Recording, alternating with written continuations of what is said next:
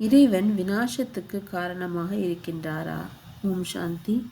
இறைவனோ சுகத்தை மட்டுமே அனைவருக்கும் கொடுப்பார். அவர் துக்கத்தை யாருக்கும் கொடுக்க மாட்டார். ஏனென்றால் அவர் சுகம் தரும் வள்ளலாக இருக்கின்றார். அவரின் மூலம் விநாசம் நடக்கின்றது என்பது இது பொய்யான கூற்றாகும். ஏனென்றால் தந்தை சொல்கின்றார், இந்த விநாசமோ நாடகத்தின்படி நடக்கின்றது.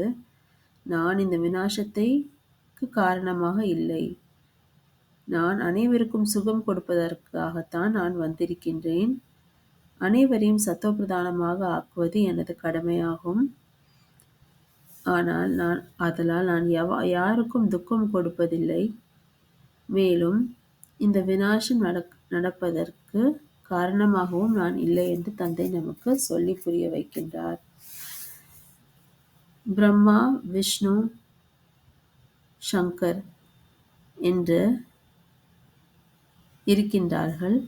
பிரம்மாவோ தந்தையின் மூலம் ஸ்தாபனை செய்கின்றார். விஷ்ணுவோ சிவாலயத்தை பாதுகாக்கின்றார். சிவாலயத்திலிருந்து இந்த உலகத்தின் அதிபதியாக இருந்து ராஜ்யம் செய்கின்றார். மேலும் சங்கரோ சூக்ஷ்ம வதனத்தில் இருக்கின்றார்.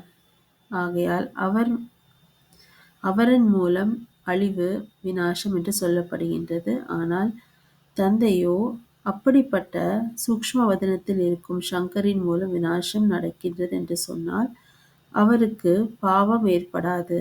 ஆகையால் தந்தை சொல்கின்றார், யாருக்கும் பாவம் ஏற்படாதவாறு நான் இந்த